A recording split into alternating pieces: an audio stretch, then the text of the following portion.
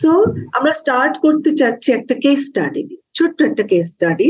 এটা আপনারা সবাই জানেন, তারপরও যেহেতু প্রফেশনালিজম এট ওয়ার্ক প্লেস, এটা আমরা অনেক একভাবে জানি। আপনি হয়তো একভাবে এই সিচুয়েশনটা ফেস করেছেন, বা এই ধরনের এমপ্লয়িকে পেয়েছেন বা কলিগকে পেয়েছেন আপনার অর্গানাইজেশনসে।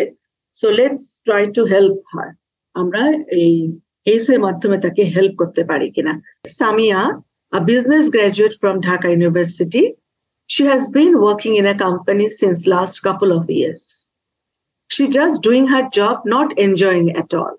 সে চাকরি করে যাচ্ছে কিন্তু জবটা মোটেও এনজয় করছে না।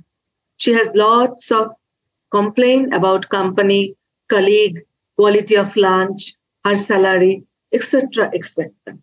So আপনারা কি সামিয়ার মতো কলিগ পেয়েছেন কখনো, বা নিজেরা কখনো সামিয়ার মতো ছিলেন? জি ম্যাডাম, ছিলাম। ওকে, গুড, ভেরি গুড। আরো একটু কাহিনী এখানে আছে, আমি তো এতটুকু লিখেছি, বাকিটা আমি মুখে বলি। সামিয়া যেটা ছিল যে সে গ্রাজুয়েট, আপনার ঢাকা ইউনিভার্সিটির বিজনেস গ্রাজুয়েট। তারপরে তার কোম্পানিতে সে যেখানে অ্যাপ্রোচ করতো চাকরিও পেয়ে যেত, পড়াশোনায় ভালো ছিল, কিন্তু সে কি করতো, কোনো জব ঠিক মতো করতে পারতো না। 5 মাস 6 মাস করে করে চাকরি ছেড়ে দিত। কারণ তার হচ্ছে আপনার লটস অফ কমপ্লেইন থাকতো কোম্পানি নিয়ে, কলিগ নিয়ে, কাউকে পছন্দ হয় না, বস মনে হয় কিছু জানে না, সে নিজেকে ভীষণ ওভার কোয়ালিফাইড মনে করতো। এ করতে করতে সে কি করতো, 5 মাস 6 মাসে বসে কাজ করতো না কোথাও। তারপর দেখা গেলো ক্যারিয়ারের প্রথম 2 বছরে তার 5টা 6টা চাকরি করা হয়ে গেছে। তো এই সময় এটার জন্য আমার প্রশ্ন হচ্ছে, আপনাদের কি মনে হয় ওর প্রবলেমটা কি ছিল? ও পড়াশোনায় ভালো, কিন্তু সে জবে কেন কন্টিনিউ করতে পারে না? জি ম্যাডাম, আপনি যে প্রথমে বললেন যে তার ওই যে কর্পোরেট যে ইয়েটা, অর্থাৎ এক্সপিরিয়েন্স, ওটা ছিল না তার, সেই জন্য মনে হয় সে জবটা চুজ, মানে কারোর সাথে অ্যাডজাস্ট করতে পারতো না ম্যাডাম। কিন্তু তাই বলে ক্যারিয়ারের প্রথম 2 বছর 3 বছর আপনি যদি 5টা 6টা জব পাল্টান, সেটা কি ঠিক? ওর কর্পোরেট মন মানসিকতা হচ্ছে ম্যাডাম, ওর মেনশনই ভাবে যে একটা জব করার স্টেবিলিটিটা মানে থাকা দরকার, যে আমাকে পরিবেশটা অ্যাডজাস্ট করে নিতে হবে কিংবা এর সাথে মানিয়ে নিতে হবে, ওই ধরনের মন মানসিকতা ছিল না।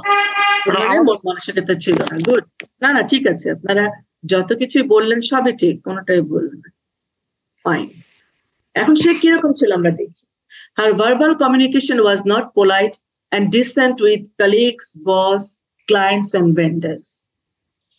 তার ভার্বাল কমিউনিকেশন, সে যখন কথা বলতো কারোর সাথে, একদমই পোলাইট এবং ভদ্র ছিল না। এবং আমরা যেটা বলছিলাম শুরুতে, যে হোয়াট ইজ প্রফেশনালিজম? প্রফেশনালিজম হচ্ছে actually how do you presence yourself at the workplace, how do you communicate with your colleague, how do you কি বলবো deal with day to day আপনার যেগুলো হয়, কনফ্লিক্ট গুলো হয় আপনাদের কলিগদের সাথে, সেটাকে আপনি কিভাবে ডিল করেন। তারপরে হচ্ছে আপনার হাউ ডু ইউ কি বলবো develop yourself to get the job done by others. কারণ আপনি যখন কোথাও কাজ করতে যাবেন, আপনাকে প্রতিনিয়ত অন্যের সাথে কাজ করতে হবে, অন্যকে দিয়ে কাজ করাতে হবে। সো সেখানে আমরা যদি পোলাইট এবং ডিসেন্ট না হই, কলিগ বলেন, বস বলেন, ক্লায়েন্ট বলেন, ভেন্ডার বলেন, তাহলে কি হবে? তাহলে কিন্তু আমি কাজ আদায় করতে পারবো না। যার জন্য সে কি করতো, তার কমিউনিকেশন স্কিল যেহেতু ভালো ছিল না, ভার্বাল কমিউনিকেশন স্কিল, সে কারোর সাথে ভালো করে কথা বলতো না, পোলাইটনেস ছিল না তার ওভারঅল কমিউনিকেশনসে।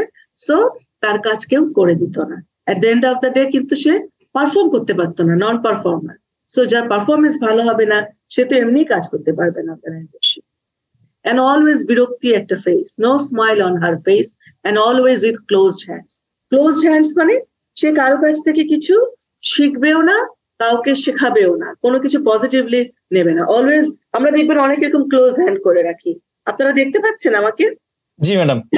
জি ম্যাডাম। সো আমরা যারা ক্লোজ মাইন্ডেড থাকি, আমরা অলওয়েজ কেউ কিছু বললে আমাদের বডিটা পেছনে চলে যাবে, আমরা ক্লোজড। আমরা তখন মনকে ক্লোজ করে দিচ্ছি, বলছি না তুমি যাই বলো, আমি কিন্তু তোমার কথা শুনবো না। সো তার মানসিকতাটা ছিল এইরকম। সো এরকম মানসিকতার লোক তো আসলে সেটা কোথাও কাজ করতে পারার কথা না। নট অ্যাট অল সোশ্যাল, সে একদমই সোশ্যাল ছিল না। Do not attend any official social events. সে মনে করতো আমি ডেস্কে এসে সকালে এসে কাজ করে চলে যাব। এখন অফিসিয়াল ডিনার থাকতে পারে, পিকনিক থাকতে পারে, অফিসে কোনো কলিগের বিয়ে থাকতে পারে, কারো বাবা মা মারা গেছে, মিলাদ থাকতে পারে, তাই না?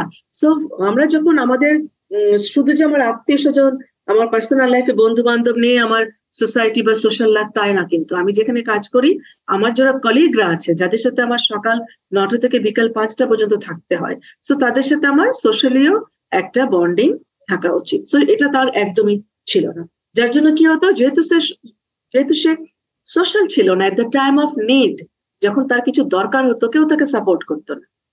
Not a good listener, rather interrupts.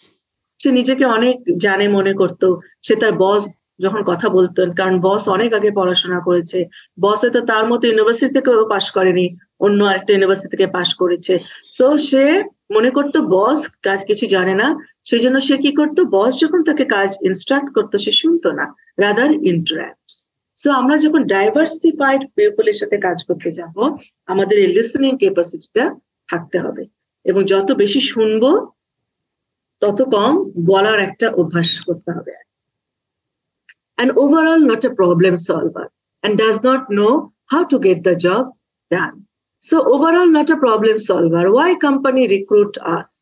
তাই না, আমাদের কোম্পানিতে যদি প্রবলেম না থাকো, তো আমি আমার একটা এক্সপেরিয়েন্সের কথা বলি। At that time I used to work for GlaxoSmithKline Bangladesh Limited and my boss was, his name is Mr. Azizul Haq.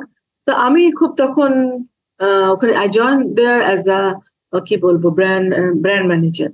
তারপরে আমি যখন ওনার কাছে যেদিন কমপ্লেন করলাম যে স্যার এত সমস্যা, ডিওমতে সমস্যা, সেলস পিপলদের সাথে প্রবলেম, তারপরে হচ্ছে কাস্টমাররা রেগুলার এত কমপ্লেন করছেন, তো খালি দেখছি প্রবলেম আর প্রবলেম। তো তখন স্যার খুব সুন্দর একটা কথা বলেছিলেন, আমাকে বলেছিলেন, হুমায়রা এই প্রবলেম আছে দেখি তো গ্ল্যাক্সো আপনার আমার মতো ম্যানেজারদেরকে রিক্রুট করেছে। আপনি বলেন তো, কোনো যদি এরকম প্রবলেম না থাকতো তাহলে আপনার আমার মতো লোকের কি চাকরি হতো না তো, 2-4 জন লোক রেখে কোম্পানি ওষুধ বিক্রি করতে পারতো। So that's the thing. Why company recruit us? To solve the problem, to get the job done by others, and at the end of the day achieve the target of the company. এখন আমি যদি problem solver না হয়ে আমি যদি part of the problem হই, Samia was the part of the problem and does not know how to get the job done. যার জন্য সে যেখানেই যায়, ফিনান্সে গেলে তার বিল আটকে থাকে, সেলসে গেলে কেউ তার কথা শুনতে চায় না, সব জায়গায় হচ্ছে লোকে তাকে ঝামেলায় ফেলে। তারপর একটা পর্যায়ে যেটা হয়, সে তখন দেখে যে আর পারছে না, তখন সে জব কুইট করে।